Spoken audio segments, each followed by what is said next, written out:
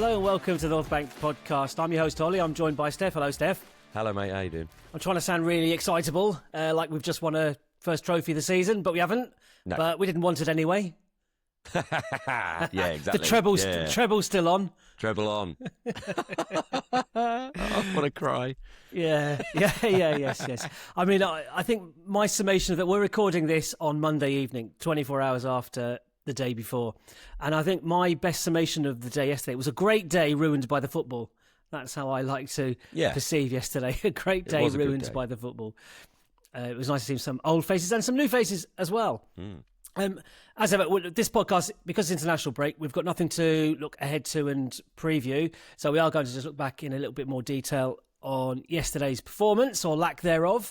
And as per usual, I have a few questions that we will go through. I shall run through these questions now so you guys listening and watching can have a little bit of a think for yourselves. So my responses to yesterday have flip-flopped between emotional and measured.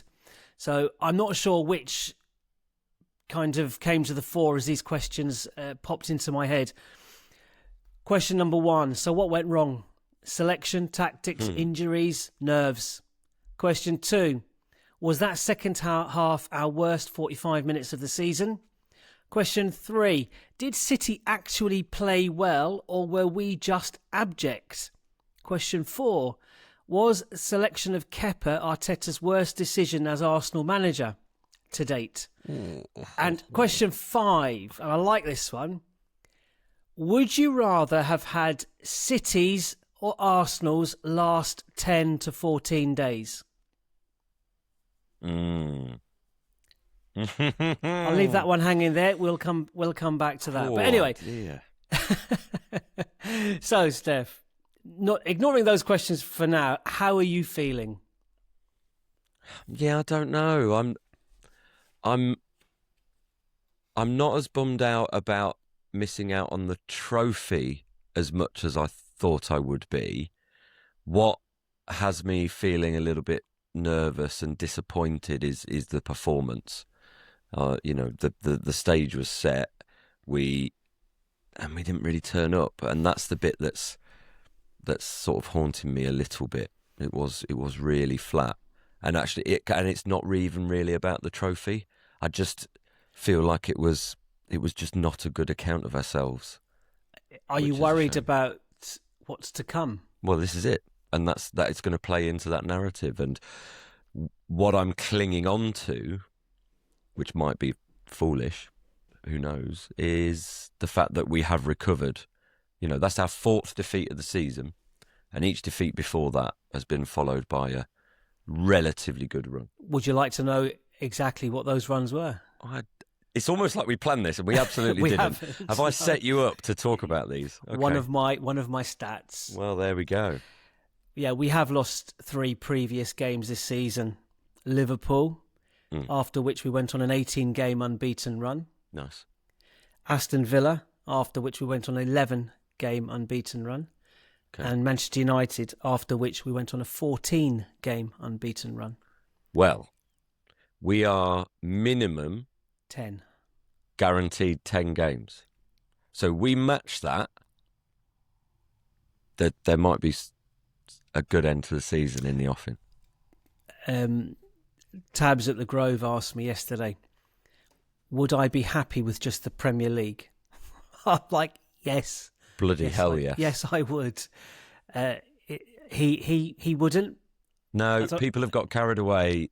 There's too much quadruple talk. The fact that we've gone so far in 4 competitions, and the reason the Carabao Cup had grown in stature for me was purely just because it came first. It's the league that matters. I tell you why it grew in stature for me up until 2 weeks ago. It was because I was worried about the consequences of a defeat to City for the league. But because City's 2 draws and our 2 wins in the last 2 game weeks, that diminished somewhat. And I've firmly, when we said it before the game yesterday to a few people we're talking to, whatever the result is today, we will take it on. So either, momentum building or fuel for the fire, like Declan Rice has come out and said, we're even more fired up now. Should be. And it might be the game that secures 2 more trophies this season. You know what I mean? It's like we might look back on it and think, well, do you know what? That was the most insipid performance. We cannot deliver that again. Yep. So there we go. Shall we go back to the beginning? Yeah, if you like. And the team news. So I've written down 4 players for the team news, and they're simply Kepa, White, Havertz, and Trossard. News broke. There were whisperings 2 hours before kickoff that Eze wasn't going to be in the squad. That was a bit of a gut punch because we all wondered, in the absence of Ødegaard, obviously Wanyeri's not there.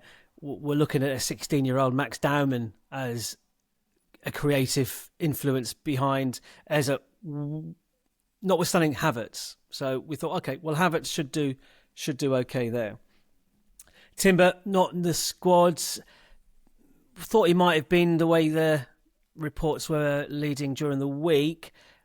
I didn't have a problem with Ben White playing at right back. That wasn't an issue for me. And Trossard getting the nod on the left-hand side over Martinelli. Again, no surprise with that. Gyökeres up front. I wonder if Eze had been fit, it would have been Havertz up top and Eze behind him and Gyökeres off the bench. I think that might have been the way he'd have gone. But, those outfield players are kind of moot. Kepa, I said it beforehand, it's not revisionism. I felt Arteta would play him and I felt that was the wrong decision. Yeah, I said the same. Yeah, and people were challenging that. And I was like, well, what if Raya makes if Raya makes a mistake, he makes a mistake. That's fine. He's our best goalkeeper. He's the best goalkeeper in the Premier League, in my opinion. And a mistake in a one-off game will not change that. No, absolutely. But if Kepa makes a mistake, the narrative is there, the headlines are there, and lo and behold, he makes several mistakes. But the one that led to the first goal was obviously the most damaging to us.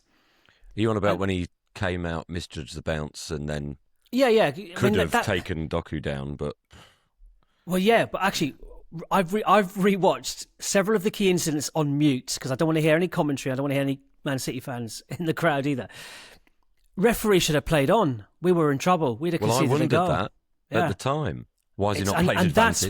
That's what the City, because in the ground, I saw the City players complaining. I thought they were looking for a red card. They weren't. They were challenging the referee. Why didn't you play advantage? Yeah. Because Doku's got this ridiculously low centre of gravity. You cannot knock him over. He's mental. It's mental that you just cannot knock him over. And Kepa didn't. I mean, Kepa's waif-like anyway, so he was never going to knock Doku over.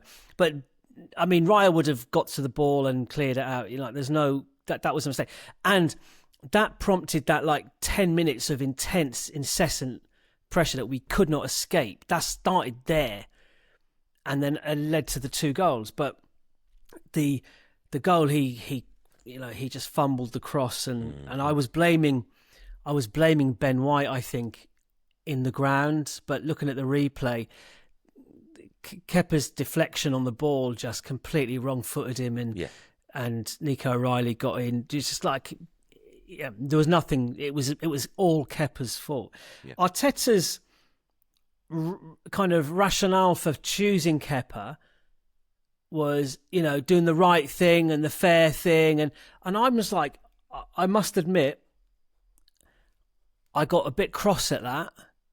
And my instant response to that was, what about doing the right thing and the fair thing by the supporters? You owe Kepa nothing. No. He's paid a lot of money and he's come in as a number 2. You've done okay to get... He hasn't got us to the final. I keep hearing people say that. He hasn't got us to the final. The team's got us to the final. And where are the players who played on rotation in those League Cup games? They didn't get a starting berth. Why should it be different for a goalkeeper? Yep, it's weird. So, and again, I'm annoyed that he played him, and I'm annoyed that it's happened because it's just adding fuel to my own personal fire. Where are your thoughts on the old Kepa starting. Yeah, I mean, we said it beforehand, exactly the same, that he probably will play Kepa because of this weird vibes thing that they want to sort of respect, but it really should have been Raya. A couple of reasons. One, like you say, we owe Kepa nothing really. Doing right by him for getting us there, fine, okay.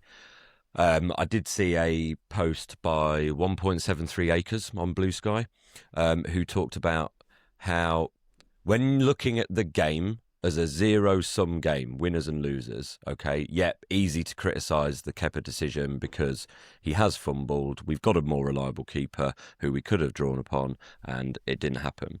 But life isn't zero-sum in some respects, and he described it as trying to manage the personalities of weirdo competitive footballers is tricky. Fine, and I get that, and we even said about, group harmony and this, that, and the other, and you just don't want anyone to turn around and go, oh, is that the right thing to do, and put any doubt in them. But ultimately, bigger picture, the thing I took from this is that we are not in the privileged position to be picking and choosing where we play our strengths and weaknesses. In the run-up to games, like even in the semi-finals, you can understand it because teams should be good enough over 2 games. In a final, it is all or nothing. And had we got the record that City have got in recent seasons with picking up trophies, yeah, whatever, fine. We haven't got it. And the first one will be the key one for us. And we didn't do it. Where's the respect for himself, Arteta as well? Look at all the criticism he comes under. Why not do it for yourself as much as anything? Make the selfish decision for you, as well as the team and the supporters that have paid a lot of money to be there and given up a lot of time and gone through the stress of the whole thing as well, and suffered in the last 5 years with not winning anything and the building up that we've done. So beforehand I thought he would pick Kepa. He shouldn't have. And that's not revisionism on our part. We said that. We said it. Like beforehand. Just your comment there about City can afford to play their second string keeper.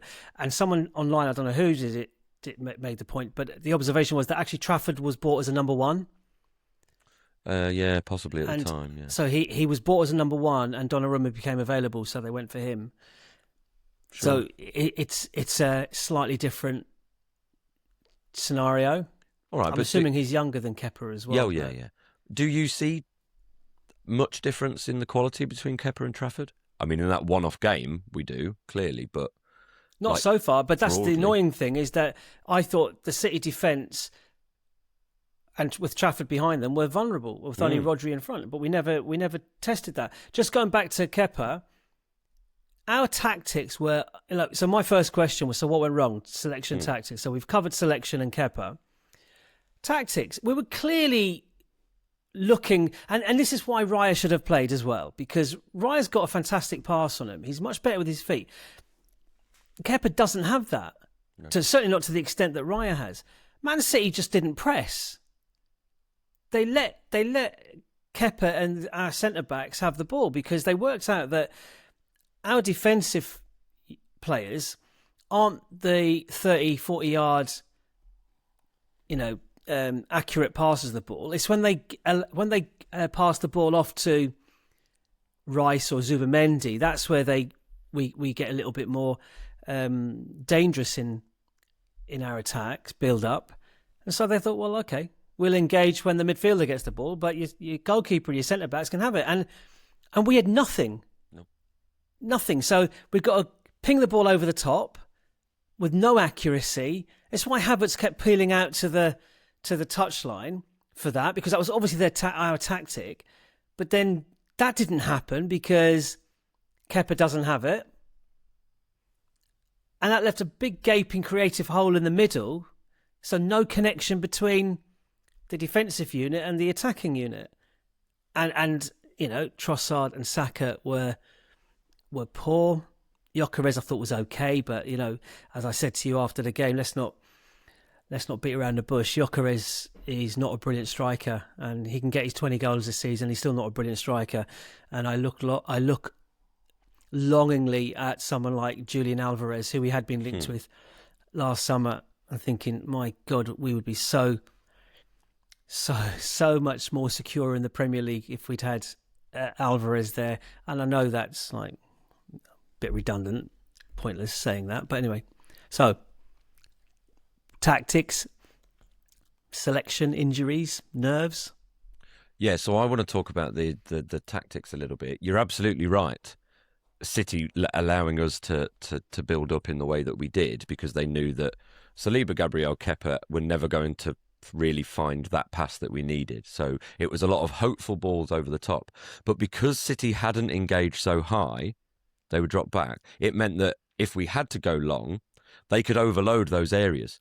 So Havertz goes up for a header, or Gyökeres tries to hold up the ball, but then they're swamped by a couple of City players because they haven't fully committed, and then they're allowed to build up. And and then it became this building, relentless pressure. After a relatively good start by Arsenal, Havertz miss, and Trafford save is a moment. It's worse than that.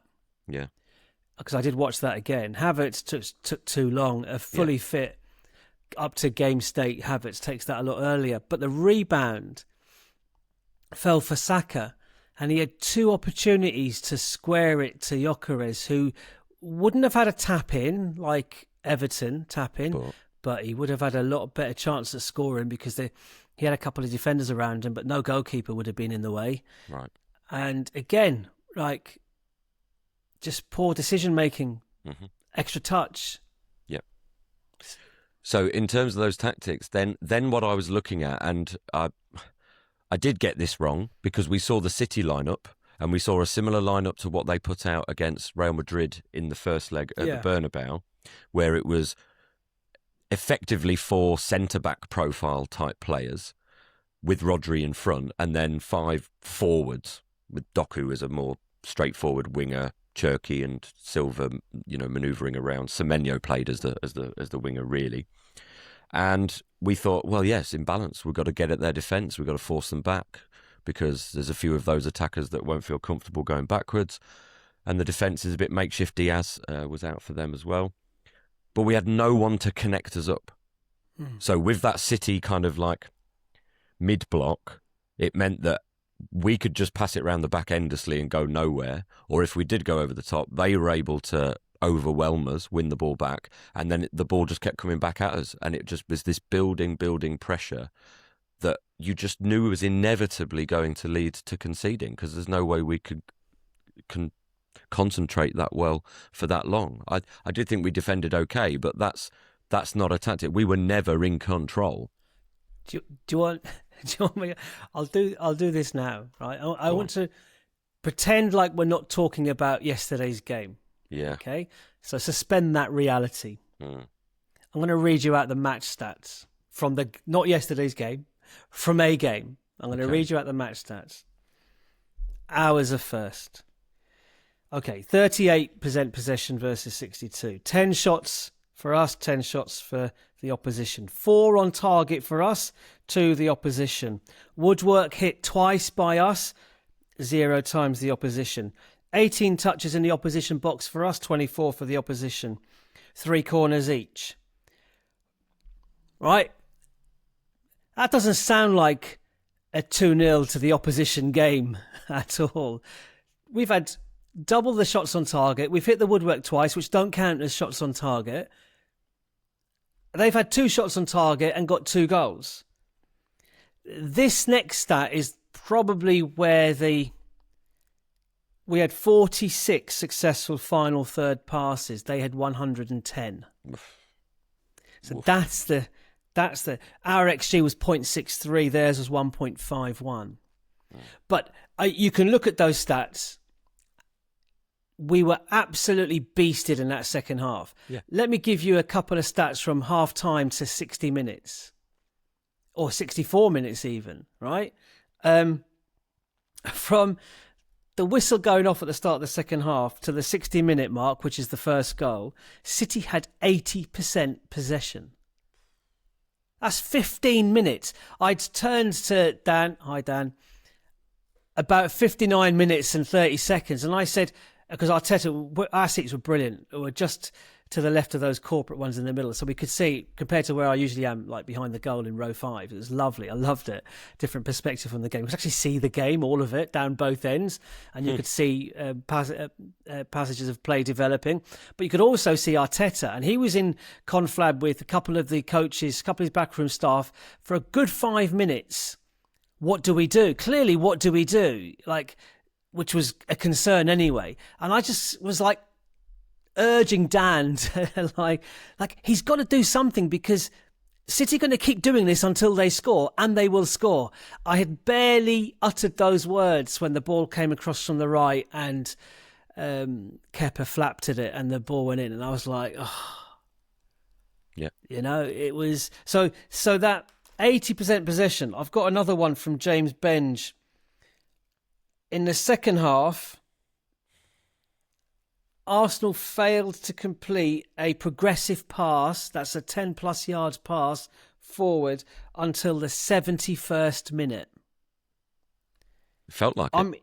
I mean, it was embarrassing to watch. Like, it was men against boys. It was like, hang on a minute, this is what we were supposed to be doing to them? Yep. And we had no answer. I've heard people talk about our technical ability was so poor. Is it fatigue? Is it like players carrying knocks just off form? But we played well against Bayer Leverkusen on the back of a resilient performance at home to Everton, who Everton are only 3 points behind Liverpool, going for a Champions League spot. And I was like, so where did this come from? I've got another one. After going 2-0 down in the 64th minute, our XG was 0.15. Yeah, it wasn't really a reaction, was it? No, we had nothing. No. Right, so those stats, so what was it? Steph, tell me. I wish I could, because in my head today I've also been playing around with those excuses, and that's all they would be, about player fatigue.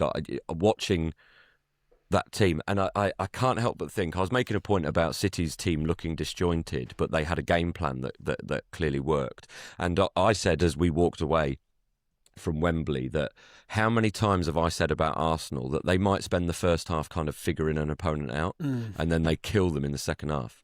City did that to us yesterday. They figured us out in the first half, and then they killed us in the second half. And we had no answer for it whatsoever. You telling me that Arteta was, in that conflab for a long time, makes me think of Top Gun. You hesitate, you're dead. And it's like, what he needed to do was, if he noticed it wasn't working, just make a decision. Like, just go with your gut. You look at that bench and you go, right, Madueke in behind. Why not 16-year-old Max Dowman, foot on the ball? Because the thing that I felt was most missing was probably Eze. It's so easy to say, but a link-up player, a player that can join things up, that can complete passes, that can hold on to the ball, dribble, take a person on, just shift the pattern of play ever so slightly, because it was very one-dimensional. Ball over the top, Havertz looking to flick it on, low percentage of success rate from any of those positions, and City just gobbled it up. Like, they just, fair play to them, like they did what they had to do. And that's given that, you said about like recent form. Well, it wasn't. Our recent form is arguably better than theirs.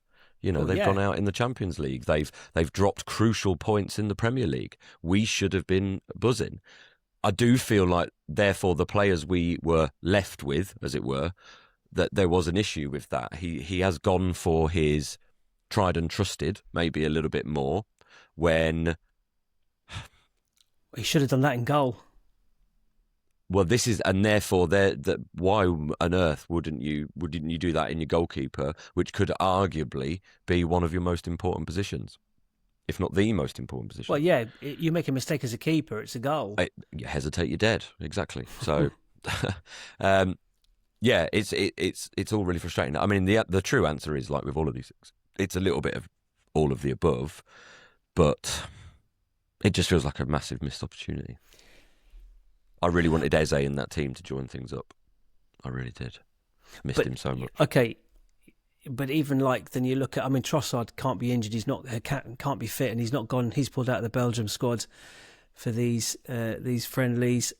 But Saka, he's on a run of form, and I did say this in a previous pod a week or so ago. At what point do we have a serious conversation about Madueke starting in place of Saka? Because Saka's there on reputation at the moment because he's not producing anything. Nope. The Brighton goal, is that which is fine. Yeah, when he bought a ticket, he took the ride, but it's not enough. For someone not for him, not for our not talisman. for him exactly. It's about those raised expectations and where other players should feel nervy about their place. If Havertz can get fitter, Gyökeres, there's an argument for either or of those. And on the left side, we're still not 100%. Even at left back, you're not really sure. Calafiori came on and did okay. Well, he was much better in attacking sense than anyone than else. Anybody. Yeah, than anybody. And he looked good. I'd play him in midfield, and he needed to be on the pitch. Interesting that he brought Jesus on and not Dauman, and I thought I was saying that was a mistake at the time. And what did Jesus do? Nothing. No, well, nothing. We knew that's what was going to happen. The last game we played, Dauman came off the bench and transformed it. Yep. So why not give him an opportunity again? He would be playing without fear. Imagine the crowd reaction if Dauman's readying himself to come on. Just even that little lift, something. I thought the crowd were really good. Thought the atmosphere was excellent. I thought it was.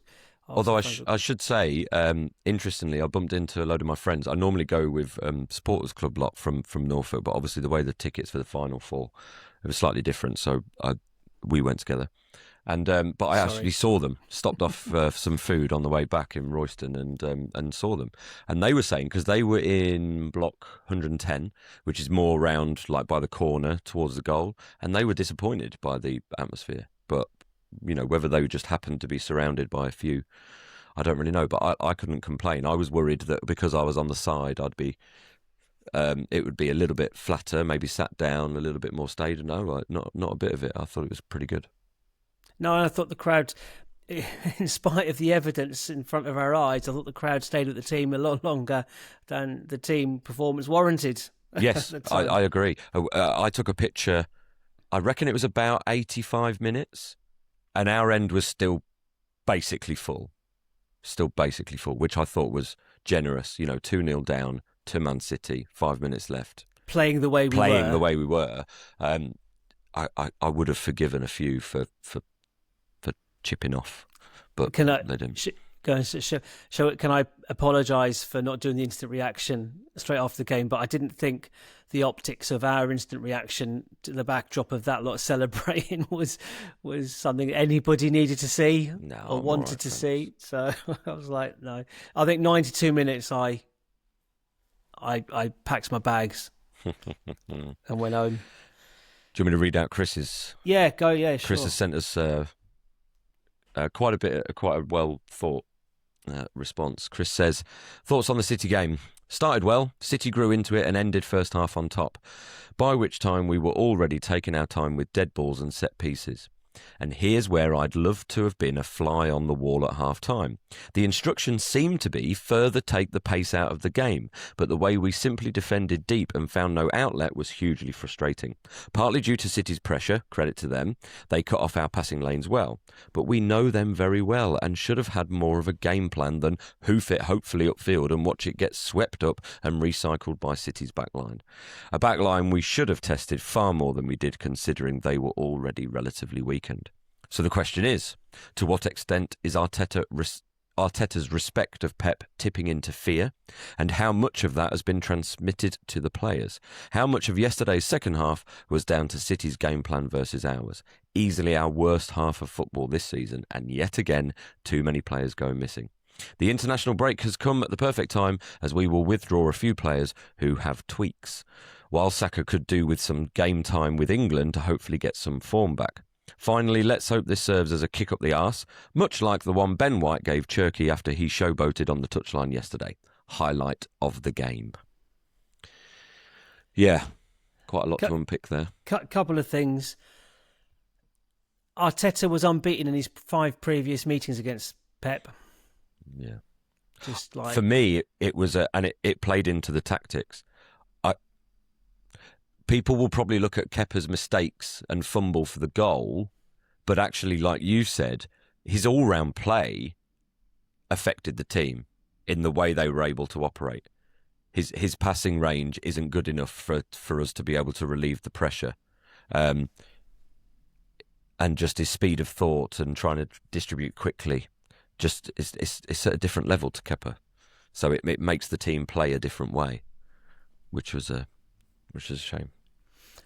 I'm not convinced the international breaks come at a good time in terms of stewing on that. And I mean, like, you want to get over that. You want to get over your loss as quickly as you can. Now, we've got 3 weeks, just under 3 weeks now, till we play Bournemouth. But with that in mind, do you think that the Southampton game in the FA Cup's taken on added significance? Because if we were to lose that one, and so we've gone out of 2 tournaments in consecutive games, okay, the 2 tournaments that we would, disregard. They're third and fourth on the list. They're third and fourth, yeah. I want to win the FA Cup. I wanted to win yesterday as well because we're in the final. So do you think? So do you think the international break's come at a good time? Yeah, we have lots of players have pulled out. Gabriel's pulled out. Trossard's pulled out. Saliba's pulled out. Calafiori has apparently got some discomfort, but it's thought that he will go because Italy are actually in a playoff. Rice and Saka and Madueke have time off because none of those are involved apparently. I thought it was just Rice and Saka, but someone else added Madueke to that list. That they're only joining up with England for the second game, which is next Tuesday. I'm hoping. I know Chris said that he thought Saka needs some game time to play himself into form. I don't know. I'm kind of torn whether that's the case or whether he just needs to rest, recharge. So I don't know. Yeah, I don't know which, because he's not playing. He's playing all of the minutes and he's not playing himself into form. Yeah. He played the full game against Everton and it was nothing to do with him that we came out victorious in that game. And he played yesterday the whole game. Where are you? Well, international break perfectly timed or not? And is the Southampton game got added significance now? I wasn't sure, but given all the players that have withdrawn from their squads today, I'm erring on the side of actually probably is good. Because I was saying just before we started recording, the thing that I like is that these players, like Gabriel, Saliba, yeah, they're carrying knocks. I mean, what player probably isn't playing with some kind of knock? But I did wonder the magnitude of what they're on the cusp of this season and the timing of it all. It pales in significance to this round of international games for them. So just common sense, even in the long term as well. Their countries will benefit if they're able to use these 2 weeks to rest and recuperate, because they're not going to get any rest between now and the end of the season. We're still in the FA Cup, we've still got the Champions League, and we've still got 7 incredibly important league games to play. And none of them are gimmies either. They just don't happen in the league at this moment. Home to Burnley, am I allowed to say that? Well, I'm not taking anything for granted at the moment, because we, as in me and you as fans, are too psychologically delicate and scarred to take anything lightly. I'd hope the players don't. But they are on the cusp of something massive. So I would love to think, in my head, I've imagined that they've all had a bit of a meeting and a bit of a chat, and there's some, hopefully honest words, and they've all said, right, no, we do everything we can to make this our time because it's so important. Some players will go. Gabby Martinelli probably needs to play. He's not featured massively. Yeah, his minutes aren't up. His minutes aren't up, so he's fine to go. Nkapie will play for Ecuador because I think he always does. He's a bit of a talisman for them. Fine. Raya isn't first choice. He's just had a child. Fine. The one that I would like to withdraw would be Zubamendi. And Rice. Rice, yes. He won't. So I'm not expecting that. I'm just glad he's been given one game off. I didn't even think Tuchel would do that. That's so much common sense thinking. I've never known. He's club manager as well, isn't Well, he? he knows the deal, doesn't he? And he knows, he'd managed Chelsea. He took them to the Champions League final. He knows what this part of the season is like. And also with England, he needs to experiment. Because even, golden boy Cole Palmer is not pulling up trees at the moment, and he's got to figure out how on earth to get the best of Foden's getting pity substituted on, according to Wayne Rooney, in the League Cup final for City. So he's got Saka's not playing, and Saka's not in form, so he's going to have a play around and see what he can do with various players. Because if those players don't do it, Ben White, that's the weird one for me. He's recalled Ben White. So Kwanzaa, who plays for Leverkusen, was called up to the England squad, but has dropped out because of injury, I believe. And White has been brought into the fold. I'm not sure he's fit fully, to be honest. And B, not Trent Alexander-Arnold at Real Madrid. That will wind a few people up. I mean, it already is. It already was for his lack of inclusion, which baffled me. But yeah, he's not there. So I think it's fine. And like you say, those players, they have to use it as fuel to motivate them. And Southampton will be a weird game. I know we'll preview it properly when it comes up, but it's still not going to be a full strength team. I don't think it can be. Well, we've got Sport. That's on the Saturday. We've got Sporting late on the Saturday, away on the Tuesday. So it's got to be a changed side. It can't. Well, it will. It'll be. It won't be as weak as previous rounds because of the gap. I mean, if you look at the internationals, only Norgard, Calafiori, and Gyökeres, they're actually playing in playoffs. Yeah, they're involved in playoffs. So those three will probably play all of the minutes that their country managers want them to.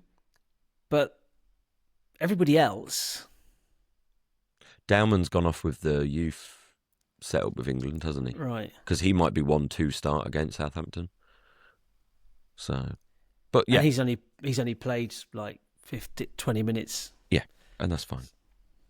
But yeah, everyone else could reasonably have a rest and recuperate and try and attack these last remaining games. Because Sporting's massive, but then Bournemouth, when we come back, might be even bigger. Whew. Watched them in their previous game. I was like, well, there's nothing here that should worry us. But put in a bad performance and fail to get through against Southampton. Put in a similar performance away at Sporting and come back with a narrow defeat or a loss or something, and all of a sudden, the wobbles are real. This is why as delighted as I was with those games that we managed to win and City did then drop points in, I was still in my head going, well, hang on, City, game in hand, they play us. Beat us, yeah. That's 3 points. Yeah. So there's still no real room for error. No, not now. No, we have to beat Bournemouth. And because that puts scoreboard pressure on Chelsea, who are playing the next day. On City, who are playing at Chelsea the next day. I want City kicking off that game 12 points behind us. Granted, with 2 games in hand, but 12 points behind us. Yeah, absolutely. They have to, and Chelsea will be, proper fighting for their kind of Champions League qualification survival, if that makes sense, because they're on a terrible run, and you've got teams like Brentford and Everton breathing down their necks now. I mean, Everton are only 3 points behind Liverpool in 6th, and those two teams meet in 2 game week times. Yeah, so we got the Southampton game on there. Yeah, look, I'm delighted with the players that we've had withdraw from internationals, and I want Rice and Saka at least to follow. I didn't think of Zubimendi, but you're right, because I thought he was really poor yesterday. Well, he gave the ball away in front of us. He passed the ball out of play in front of us in the first half when we weren't playing particularly badly, and I was like, oh, I don't like that. That tells me his mind or his fatigue. He's got aching limbs and aching, tired mind, weary mind, perhaps. Or they were a bit nervous, a bit tense. It was weird. He's won a Euro I know. fine. Like he's The thing that got me, there was a moment in the first half that worried me and kind of set the tone when the balance of play started to shift. Was we were doing that poor recycling at the back, not the dangerous trying to draw City onto us, just the very passive kind of like, I'll knock it to Sir Gabriel, who'll knock it back to the keeper, who'll knock it back to Saliba, and then back. Well, Rice picked up the ball in the kind of quarterback position, and he's looking forward, and there's no one to pass to. There's no one to pass to at all. So he goes back and recycles, and the first thing he did was turn around and gesticulate at Saka to move, because all Saka had done was stood in the shadow of Nico O'Reilly, just stood on the defender. You'd have called that hiding a little bit. Whereas there was a space. If he'd looked to move, he could have drawn Nico Riley in, moved into the space, maybe received the ball himself, but then created the space for Gyökeres to move in behind Nico Riley. Like, there needed to be some dynamism. Rice was calling it out. That's what he was clearly saying with his gesticulations. And it just worried me. I was like, oh, okay, we're a bit static here. Yeah, what is going on with Saka though? He must be injured. So there's got to be something. I don't know.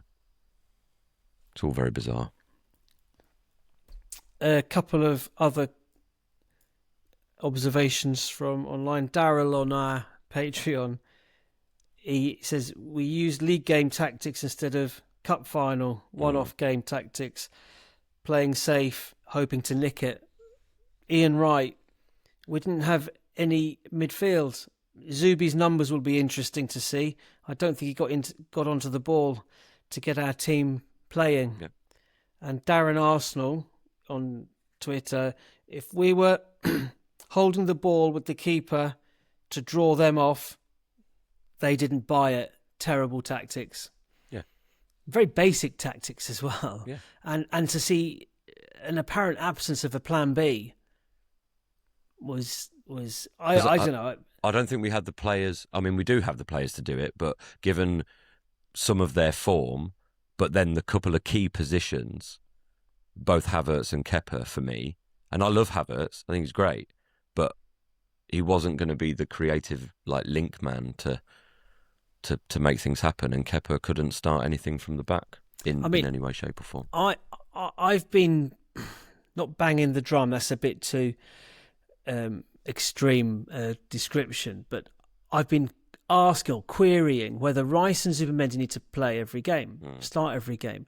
And you look at City yesterday, Rodri didn't have an ally in a double pivot back there against us.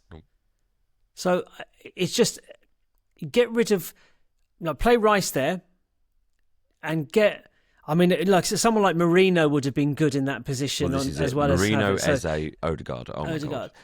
What quality we're missing.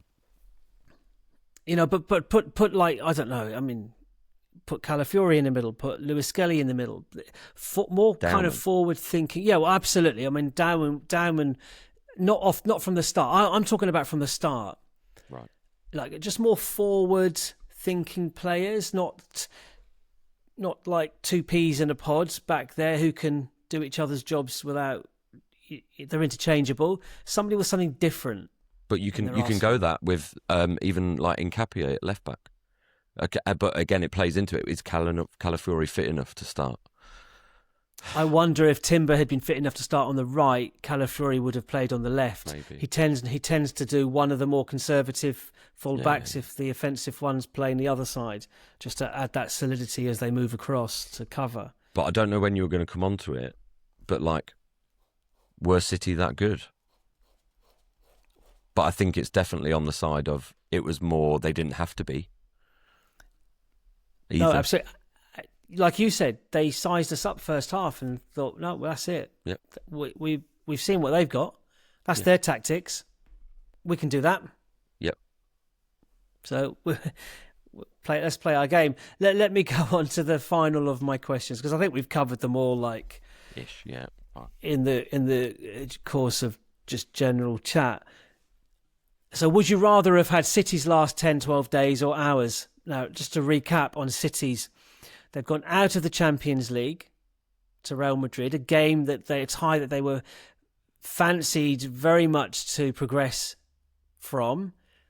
They've drawn 2 games in the league, home to Forest and away to West Ham.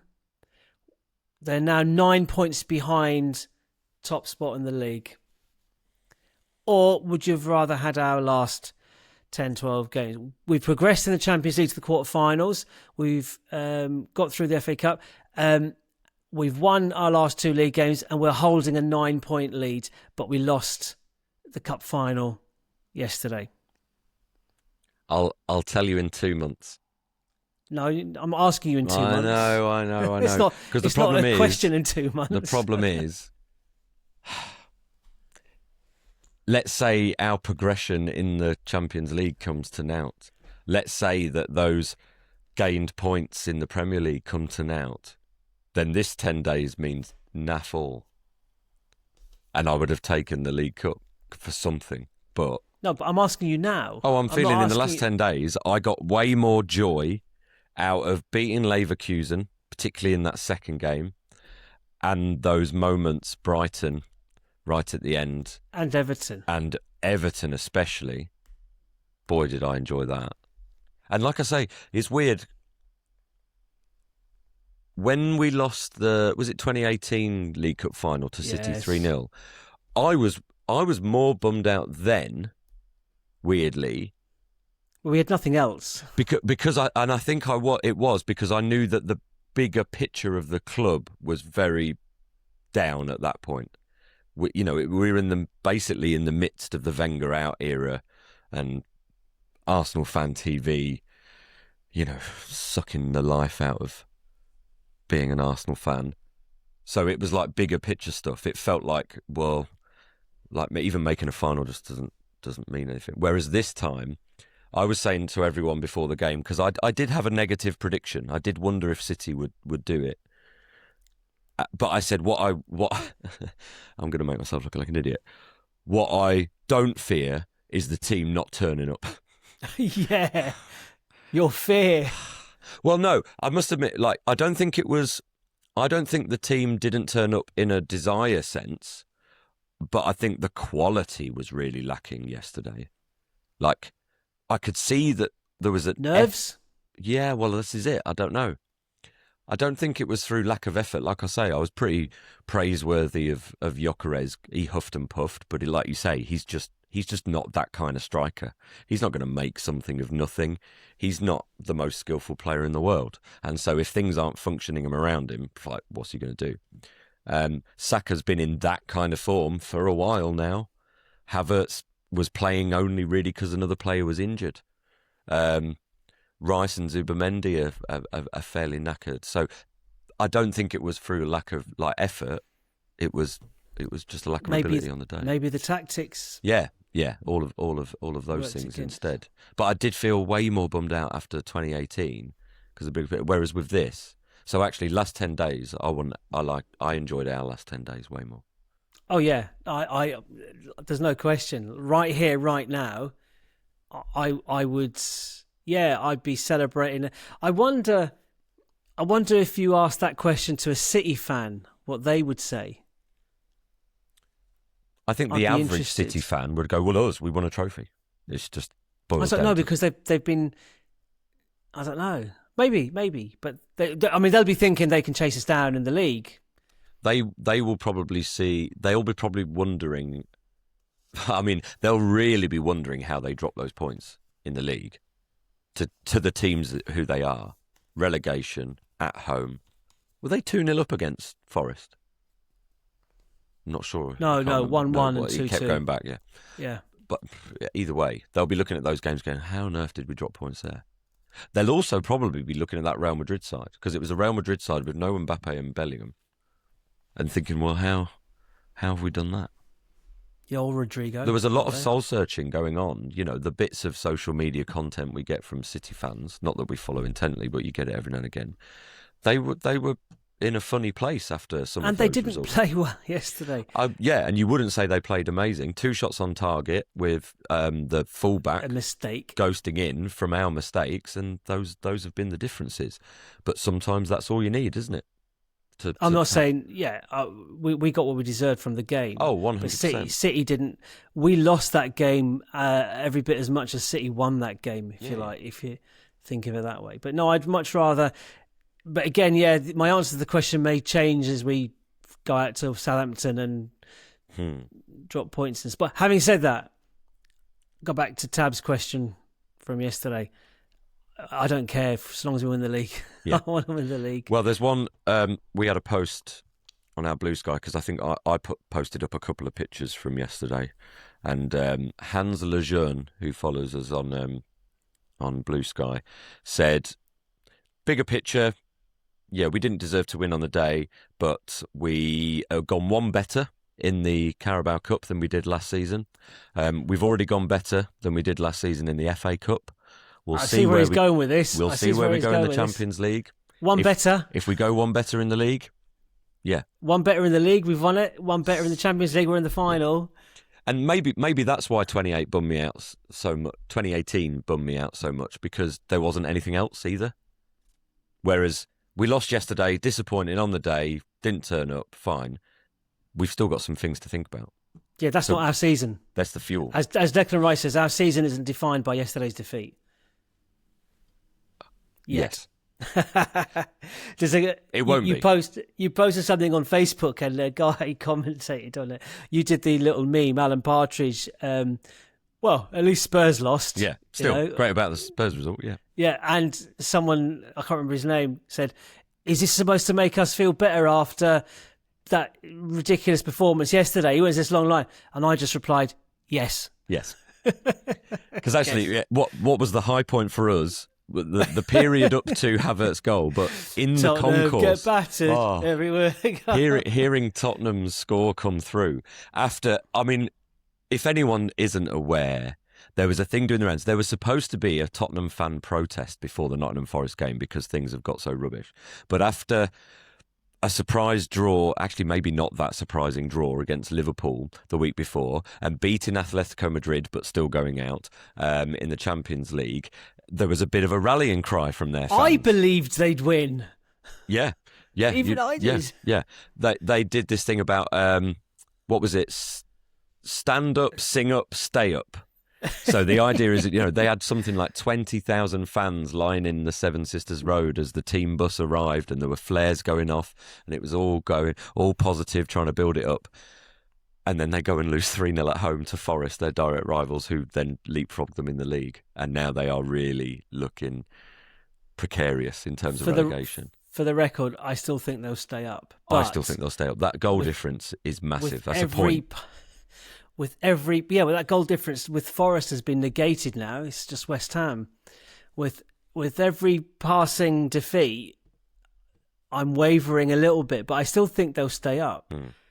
But again, it's just funny. I don't really care in the greater scheme of things. We did have a little funny what's the word? Prophecy. Not prophecy, maybe. I don't know. We fast forward to Arsenal travelling to West Ham.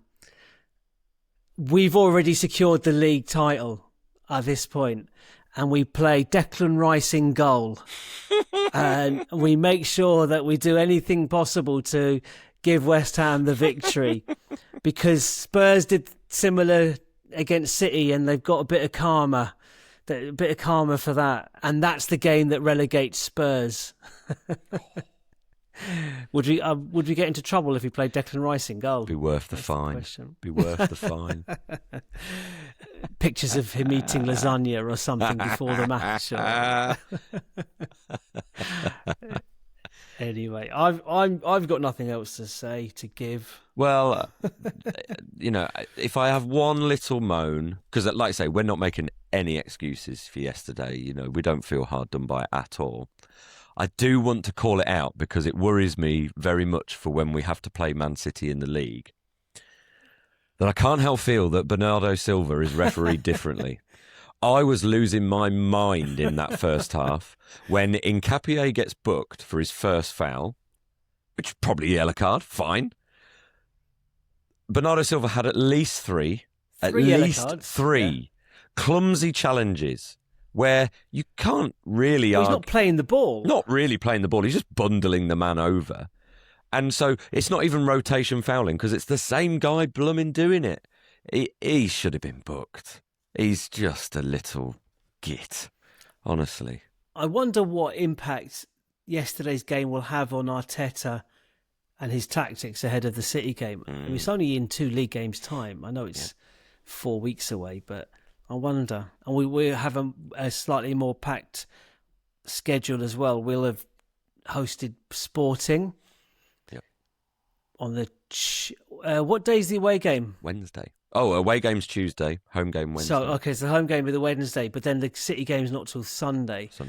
Fine. And again, hopefully we're carrying momentum into that from qualifying for the semi-finals, so we should be on a bit of a buzz, hopefully.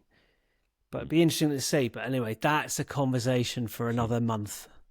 Well, I hope it...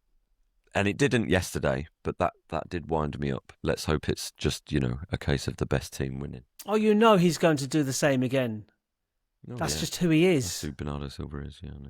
Well, let's hope we have a shot and he saves it with his elbow and gets sent off. Yeah, like he did against Madrid. Probably wouldn't get sent off against us, though, would he? Anyway. No. Right, I have no idea when we'll be back, but we will be back in a few days with another podcast. Steph's going to come up with a great idea for a podcast in the intervening couple of days. And well, do you know what? I'm thinking mailbag. That's a nice, easy one, isn't it? So if you are listening and you've got anything that you want to ask us to chat on in an episode over the next couple of weeks, drop a message on our socials. You can find us at North Bank Pod on all the socials. I think you had to have a .bsky.social on BlueSky, or drop a comment on our YouTube channel. Give us a follow on there as well, by the way, especially if you do watch us on occasion. Just follow, and that will help. Or join our Patreon community for free and get in touch. But yeah, anything you want us to chat about, anything, it doesn't even have to be football related. Our conversation on the way home from the game was very amusing yesterday as we tried to distract ourselves and started talking about how roundabouts were painted and signalled, and I'm not sure we should give too much away. I said I'd mention it, and I have. But South you were Mims very roundabout. Angry. You were very angry. Yes, they've changed the services lane at South Mims roundabout. It does my head in. Does my head in. There was no need to change it, and they changed it. I don't understand why. That was literally the most animated you were all day at the roundabout. I don't think it was really about the roundabout. No, I don't think it was about it. I'm still cross about the roundabout. Anyway, right, listen, thanks for the chat. Thanks for listening. Thanks for watching. Chin up, Gooners. The treble's still on. See you next time. Bye-bye. See ya.